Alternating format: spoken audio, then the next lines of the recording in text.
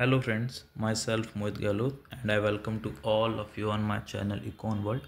Last video में जैसा कि हमने यूटिलिटी अप्रोचेस के बारे में बात की थी, जिसमें हमने ऑर्डिनल अप्रोच और ऑर्डिनल अप्रोच के बारे में पढ़ा था। कार्डिनल अप्रोच में हम कहते थे कि यूटिलिटी मेजरेबल है, जबकि ऑर्डिनल अप्रोच में हम कहते हैं कि यूटिलिटी मेजरेबल नहीं बल्कि उसको सिर्फ ऑर्डर दे सकते हैं। ठीक है, तो ऑर्डिनल अप्रोच को आगे समझने के लिए हमें इंडिफरेंस कर्व एनालिसिस और सिलेक्टेड एस्पेक्ट को समझना है, तो हम कंटिन्यू करते हैं। सबसे पहले तो डेफिनेशन की बात कर लेते हैं, इंडिफरेंस कर्व क्या होता है।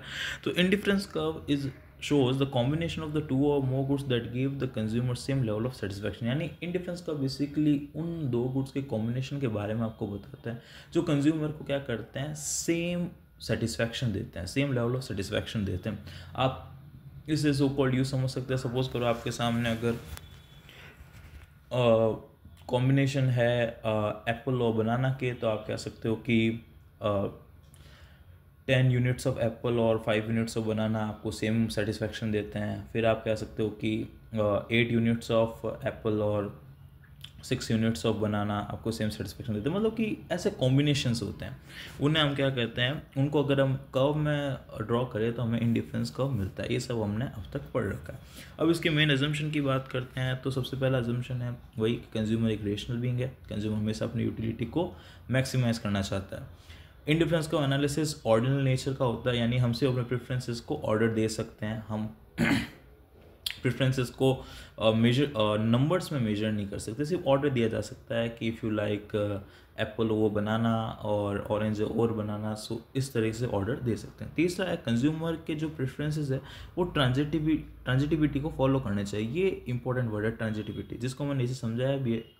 ट्रांजिटिविटी का मतलब है कि एक कंटिन्यूस फ्रेम में आप प्रेफरेंस को ऑर्डर करेंगे। जैसे आपने, अगर आपको चॉइस दी जाती है कि भाई आपको अगर मान लीजिए चॉइस दी हमने कि आप ए और बी में से क्या चुनेंगे, जैसे यहाँ पर तो आपने कहा भाई ए को हम प्रेफर करते हैं बी के ऊपर, और सडनली फिर आपको कहा था बी और सी में, तो आप कहते हो कि बी को प्रेफर करते हैं सी के ऊपर।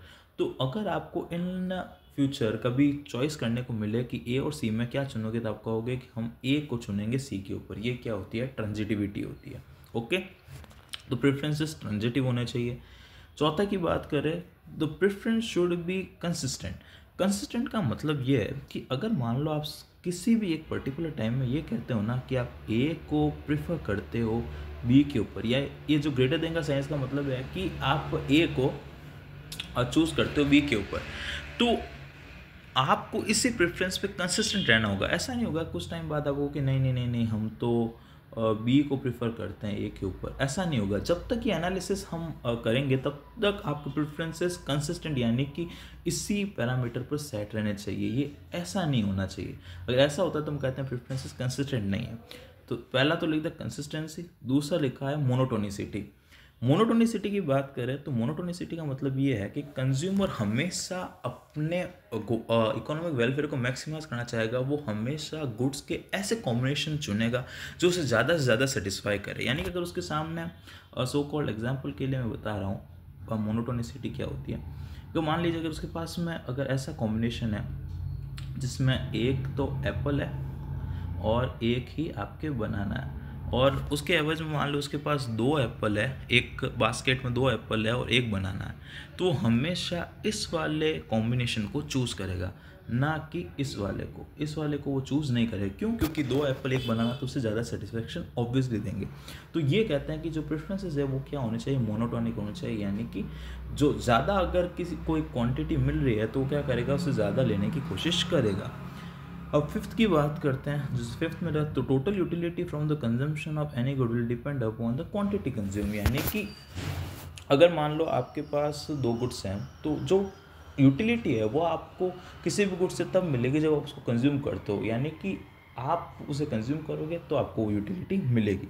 और सिक्स्थ और लास्ट पॉइंट जो मेंशन है किया हुआ है वो है MRS is should be decreasing, यानी मार्जिनल रेट ऑफ सब्स्टिट्यूशन जो है वो डिक्रीजिंग यानी गिरता हुआ होना चाहिए।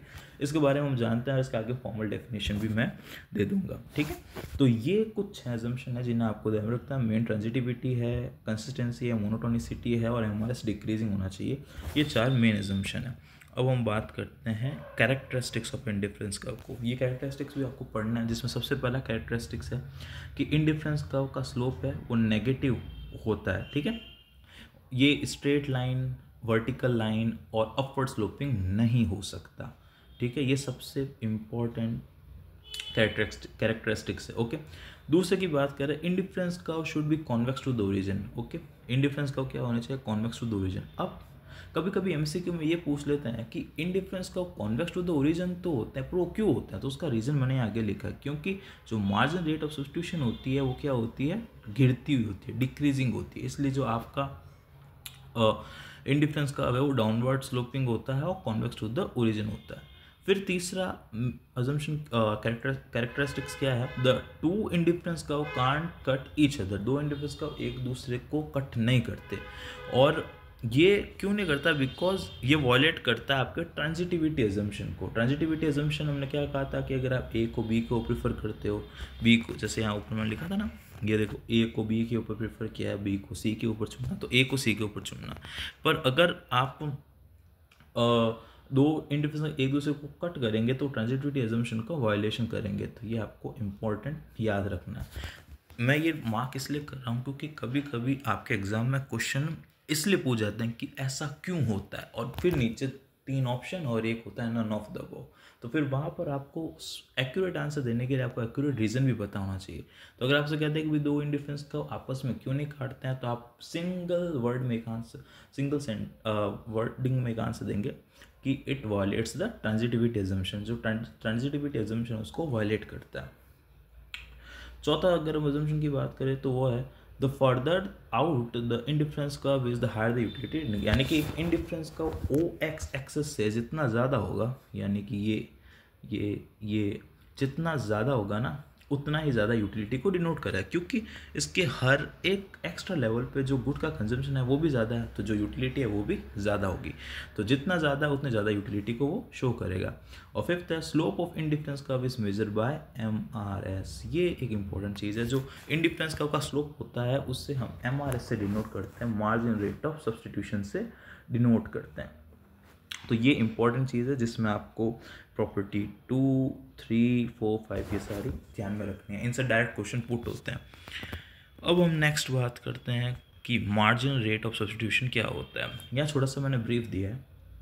अगर मार्जिनल रेट ऑफ सब्स्टिट्यूशन की बात करें, so it is a rate, एक दर है at which the consumer is willing to exchange one good for another maintaining the level of satisfaction. मतलब कि मार्जिनल रेट ऑफ सब्स्टिट्यूशन एक ऐसी रेट है जहाँ पर एक कंज्यूमर क्या करता है, एक गुड को दूसरे गुड के साथ सब्स्टिट्यूट करता है, और उसका जो सेटिस्फैक्शन लेवल है वो सेम बना रहना चाहिए।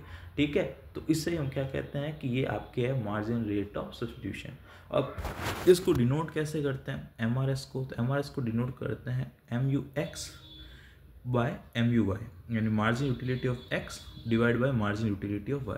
किसी भी इक्वेशन में आपको क्या करना है, मान लो कोई टेबल भी दे रखी है, तो आपको MRS निकालने के लिए पहले MUX निकालना है, फिर MUY निकालना है, और उसके बाद आप इसको इस फॉर्मूले में रखेंगे तो आपको उस पर्टिकुलर कर्व का MRS या स्लोप मिल जाएगा। तो MRS को आपको कंफर्म पता चल गया होगा कि ये क्या होता है, और इसके बारे में ऊपर जो हमने 2 चीज़ें लिखी है कि जो स्लोप ऑफ इंडिफरेंस का वो है वो MRS से डिनोट होता है, और MRS डिक्रीजिंग होना चाहिए, ये सारी चीज़ें भी इसी में इम्प्लाइड है।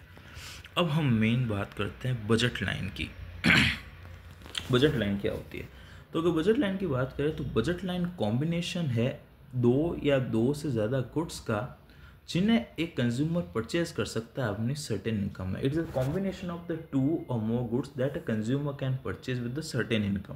ठीक है, इसे ही हम क्या कहते हैं, बजट लाइन। बजट लाइन कहते हैं। बजट लाइन को और भी बहुत से नामों से जानते हैं, जिससे हम प्राइस लाइन कहते हैं, प्राइस अपॉर्चुनिटी लाइन, ये भी इनके नाम है, जिससे आपको ध्यान में रखना है। ठीक है, क्योंकि कभी कभी क्वेश्चन नहीं पूछता what do you mean by price opportunity line, और नीचे ऑप्शन दे रखे होते हैं, तो वो बजट लाइन नहीं होता, उसका दूसरा नाम दे रखा होता है। अब अगर हम बात करें तो इस बजट लाइन को मैथमेटिकल फॉर्म में कैसे लिखते हैं, तो ये है उसका मैथमेटिकल नोटेशन। M जो कि हमारी टोटल इनकम को बताता है, ये जो M है ये टोटल इनकम है। P1 price of X, price of X good है और X उसकी क्वांटिटी है। P2 प्राइस ऑफ X2 है और X2 उसकी क्वांटिटी के बारे में बता रहा है, और ये जितने n गुड्स है तब तक चलता जाएगा। या नीचे मैंने डिस्क्रिप्शन में लिखा भी है कि ये क्या होता है। जनरली 2 गुड्स के केस में ये इतना ही होता है, या ये यहाँ तक ही होता है बेसिकली। 2 गुड्स के केस में आपको इतना ही मिलेगा, P1 X1 plus P2 X2 M equals to. Okay, अब सबसे इंपॉर्टेंट बात करते हैं स्लोप ऑफ बजट लाइन की। तो स्लोप ऑफ बजट लाइन क्या होता है? तो स्लोप ऑफ बजट लाइन आपके होता है ये Px1 ओवर Px2, और नेगेटिव का साइन होता है। अब नेगेटिव का साइन क्यों होता है? क्यों? क्योंकि बजट लाइन जो होती है ना, वो डाउनवर्ड स्लोपिंग होती है, वो ऐसी होती है। ये आपने यूजी में और वेरियस जगह हमने पढ़ रखा, ये कुछ इस तरीके की लाइन होती है। तो एक डाउनवर्ड स्लोपिंग का होगा तो उसका स्लोप भी क्या होगा? नेगेटिव होगा, ठीक है। और एज कन्वेंशन एक्स गुड को एक्स एक्सेस पे लिया, वाई गुड को वाई एक्सेस पे लिया। तो ये क्या डिनोट करता है कि एक एक्स्ट्रा यूनिट एक्स की लेने के लिए आपको वाई की कितनी यूनिट छोड़नी पड़ेगी, तो उसे को हम स्लोप से डिटरमाइन करते हैं, जो आपको बेसिकली इस पर्टिकुलर फॉर्मूले से पता लगाना है। यानी कि आपके सामने क्वेश्चन में अगर मान लीजिए P ऑफ X1 दे रखा है 10 और P ऑफ X2 दे रखा है 20, तो आप कैसे स्लोप का पता लगाओगे? It's simply divide 10 divide by 20, so it's cut by 0 0 will cut out, 1/2 is simply 0.5। Okay, so this is what we call the slope. और ये स्लोप क्या होगा? कांस्टेंट होगा लीनियर केस में। तो ये बजट लाइन हो गया, और ये आपका क्या हो गया? स्लोप का फॉर्मूला हो गया, जो कि इंपॉर्टेंट है, आपको ध्यान में रखना है। और अब कुछ और इम्पोर्टेंट चीज़ें जो आपको ध्यान में रखनी है, वो है the slope of budget line is always negative. जो बजट लाइन का स्लोप होगा वो हमेशा नेगेटिव होगा। क्यों? क्योंकि ये 2 गुड्स के बीच में एक ट्रेड ऑफ है, एक तरह की जंग है। अगर आप एक सर्टेन इनकम से एक्स की ज़्यादा यूनिट कंज्यूम करना चाहते हो, एक्स से ज़्यादा यूनिट परचेज करना चाहते हो, तो ऑब्वियसली आपको वाई की कुछ यूनिट्स को छोड़ना पड़ेगा। क्यों? क्योंकि आपकी जो एम है, ये एम है, ये कांस्टेंट है। सॉरी, ये एम बार लगा दिया, इसका मतलब ये क्या है? कांस्टेंट है, इस वजह से। ओके, अब बात करें generally budget line is linear but it can be non linear in some cases. General cases में बजट लाइन लीनियर होती है, बट ये नॉन लीनियर भी हो सकती है। ये तब होता है जब प्राइस एक्चुअली क्या होती है, एक सर्टेन सेगमेंट के बाद चेंज होती है। जैसे मान लीजिए अगर आप किसी स्टोर में जाते हो, वो कहते हैं कि अगर आप हमारे से 10 यूनिट खरीदोगे तो हम पर यूनिट के 50 रुपीज़ लगाएंगे, पर अगर 20 यूनिट खरीदोगे तो पर यूनिट के 40 रुपीज़ ही लगाएंगे। तो इस वजह से आपका जो बजट लाइन होगा ना, वो लीनियर नहीं होकर नॉन लीनियर हो जाएगा। जो मैं आपको बताता हूँ कि मतलब वो कुछ ऐसा दिखने लगेगा, बस वो कुछ पॉइंट ऐसा, फिर ऐसा, फिर ऐसा, तो वो एक नॉन लीनियर शेप ले लेगा। पर ये केसेस जनरली होते नहीं हैं, कुछ एक्सेप्शन केसेस में ऐसा हो जाता है। तो मोस्ट ऑफ केस में ये क्या होते हैं, आपके लीनियर होते हैं। अब तीसरे की बात करें कि ये इंपॉर्टेंट है, थर्ड जो प्रॉपर्टी है, ये मैं कहता हूँ मोस्ट इंपॉर्टेंट है। इससे रिलेटेड क्वेश्चन अक्सर बनते हैं, अक्सर, और बहुत ही जेन्युइन क्वेश्चन है, जो कहता है कि when income of the consumer changes it shift the budget line।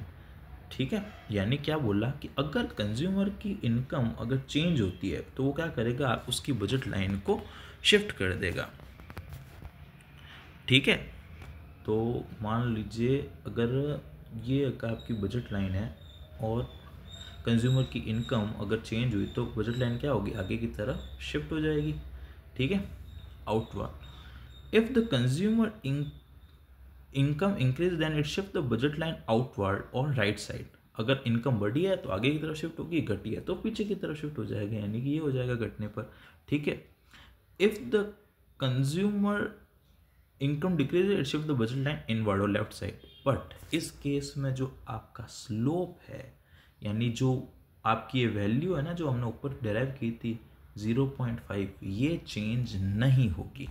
ये इम्पॉर्टेंट है, यानी कि अगर कंज्यूमर की इनकम बढ़ती है, ठीक है, तो जो कंज्यूमर की बजट लाइन का जो स्लोप होगा ना, वो सेम रहेगा। ये इम्पॉर्टेंट आउटकम है इसका।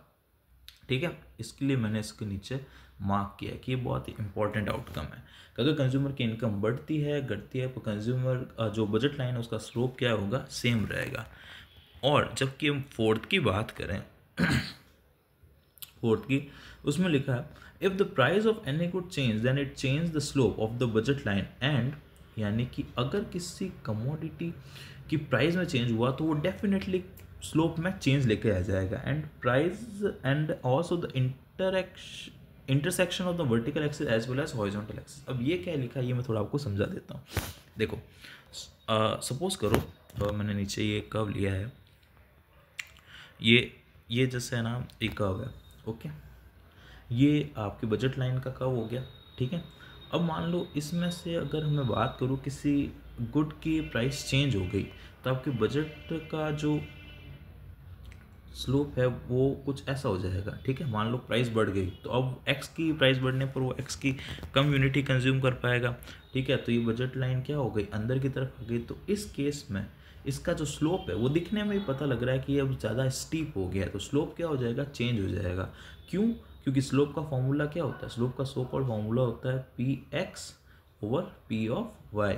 Now P of X has increases और P of Y remaining constant. So अगर न्यूमरेटर बढ़ा है तो ऑब्वियसली क्या होगा, आपका जो स्लोप है वो भी बढ़ जाएगा, ठीक है।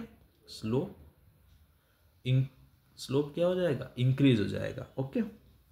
अब इसका ऑपोजिट केस लेते हैं, ठीक है। एक ऑपोजिट केस में हमने क्या कहा, अगर मान लो बजट लाइन जो एक्स गुड है वो उसकी प्राइस कम हो जाती है, कम होने पर बजट लाइन आगे की तरफ आ जाएगी। आगे की तरफ आने पर क्या होगा, जो आपका पी एक्स वन है वो तो हो जाएगा down, where S P Y जो है वो आपके सेम रहेगा, कांस्टेंट रहेगा। तो आपका जो स्लोप है, स्लोप क्या हो जाएगा, स्लोप आपके डाउन हो जाएगा। तो ये इंपॉर्टेंट कंक्लूजन है। आई होप मैंने आपको समझाने की कोशिश की कि होता क्या है वो, इसलिए क्योंकि आप स्लोप का फॉर्मूला देखो ना, स्लोप का फॉर्मूला क्या है, price of X over price of Y. तो अगर प्राइस ऑफ एक्स बढ़ी है और प्राइस ऑफ वाई कांस्टेंट है तो क्या होगा, जो आपका स्लोप है वो बढ़ जाएगा। और इसके उल्टा अगर प्राइस ऑफ एक्स घटी है और प्राइस ऑफ वाई कांस्टेंट है तो आपका स्लोप गिर जाएगा, ठीक है। तो ये मैंने यहाँ पे भी लिखा है कि अगर प्राइजेस में चेंज होता है, यानी कि प्राइस में चेंज होगा तो स्लोप चेंज होगा, और अगर इनकम में चेंज होगा तो स्लोप चेंज नहीं होगा। क्या लिखा है मैं देखो, let's assume that we have the two goods X and Y, we draw the budget line where we have plot the unit of X on the horizontal, यानी एक्स को हॉरिजॉन्टल एक्सिस पे लिया है, वाई को vertical axis पे लिया है। Slope of the budget line P X over P Y है। अब if price of X decreases then the slope of the budget line will decrease. जैसा मैंने आपको नीचे बताया, प्राइस ऑफ एक्स डिक्रीज हुई तो स्लोप ऑफ बजट लाइन क्या होगा, डिक्रीज होगा, ठीक है। और वाइस वर्सा मतलब इसका उल्टा क्या होगा, अगर प्राइस ऑफ एक्स बढ़ेगा तो स्लोप भी क्या होगा, बढ़ेगा, ठीक है। ये इसका उल्टा हो गया। अब बात करते हैं, अगर प्राइस ऑफ वाई डिक्रीज होती है then slope of the budget line will increase, यानी कि अगर आपकी प्राइस ऑफ वाई यानी प्राइस ऑफ गुड वाई अगर आपके बढ़ी तो आपका जो स्लोप है वो गिरेगा। और उसका भी रीज़न आपको सो कॉल्ड में बता देता हूँ, बहुत इजी है। क्योंकि हमने क्या कहा, हमने कहा कि हमारा जो स्लोप का फॉर्मूला है वो क्या है, वो है आपका P X divide by P Y. अब पी ऑफ वाई बढ़ गया, हाइपोथेटिकली हमने जो पिछली बार जो स्लोप निकाला था यहाँ पे, और देखो ये ऊपर मैंने निकाला ये 0.5, तो 0.5 कैसे निकाला था, कि जब मान लो हमारा पी एक्स और पी वाई क्या आया था, 10/20 आया था। तो अगर मान लो सडनली ये 10/30 हो जाता, 10/30 की प्राइस ऑफ वाई मान लो 20 से 30 हो जाती, तो आपका जो स्लोप है वो क्या हो जाता, 0.33। तो यानी कि वाई के साथ अगर वाई गुड है उसकी प्राइजेस में बढ़ोतरी होगी, इंक्रीज होगा, तो उसका स्लोप, बजट लाइन का स्लोप गिरेगा। जबकि अगर वाई की प्राइजेस गिरेंगी तो आपका जो स्लोप है वो बढ़ेगा, ओके। तो ये चीज़ आपको ध्यान रखनी है इन पर्टिकुलर चौथी प्रॉपर्टी से और इस तीसरी प्रॉपर्टी से। अक्सर वो क्वेश्चन पूछते हैं और अक्सर बच्चे गलती कर देते हैं क्योंकि वो बेसिक कॉन्सेप्ट को ध्यान में रखते हैं। आप गलती नहीं करो, इसलिए मैं कह रहा हूँ कि आप बेसिकली क्या करना, अपने दिमाग में इतना रखना कि जो बजट लाइन का स्लोप होता है वो होता है P X over P Y, P X divide by P Y. अब आप देखना हो क्या, इसको आर्बिट्री नंबर दे देना मेरी तरह। जैसे मान लो बिगिनिंग में मान लो इसको नंबर दे देना कि 10/20 कोई नंबर दे दिया, उस स्लोप क्या आ जाएगा 0.5। ठीक है, फिर क्वेश्चन पढ़ना, क्वेश्चन में क्या कह रहा है। क्वेश्चन में अगर मान लो वो कहता है कि प्राइस ऑफ एक्स बढ़ गई, तो आप सडनली क्या करना, हाइपोथेटिकली नंबर में इसको 10 की जगह कर देना 20, सॉरी 10 की जगह 20 कर देना। 20 करने से आपका क्या हो जाएगा, आपका जो है ना ये वैल्यू है ये आ जाएगी आपके 1। ओके, ये 1 आ जाएगी, और 1 आने का मतलब कि आपका स्लोप 0.5 से 1 हुआ है, तो यानी स्लोप बड़ा है। तो आप आंसर में टिक कर देंगे द स्लोप विल इंक्रीज। तो ये सो कॉल्ड आपका तरीका होगा एग्जाम मोन क्वेश्चन को अटेंड करने का। तो मैंने आपको यहाँ पर बजट लाइन, इसके 4 कैरेक्टरिस्टिक्स ये सब बता दिए हैं, इंडिफरेंस का एनालिसिस में क्या क्या इंपॉर्टेंट था वो सब बता दिया है। अब आगे हम कंज्यूमर इक्विलिब्रियम की कंडीशन और उसके बारे में नेक्स्ट वीडियो में बात करेंगे।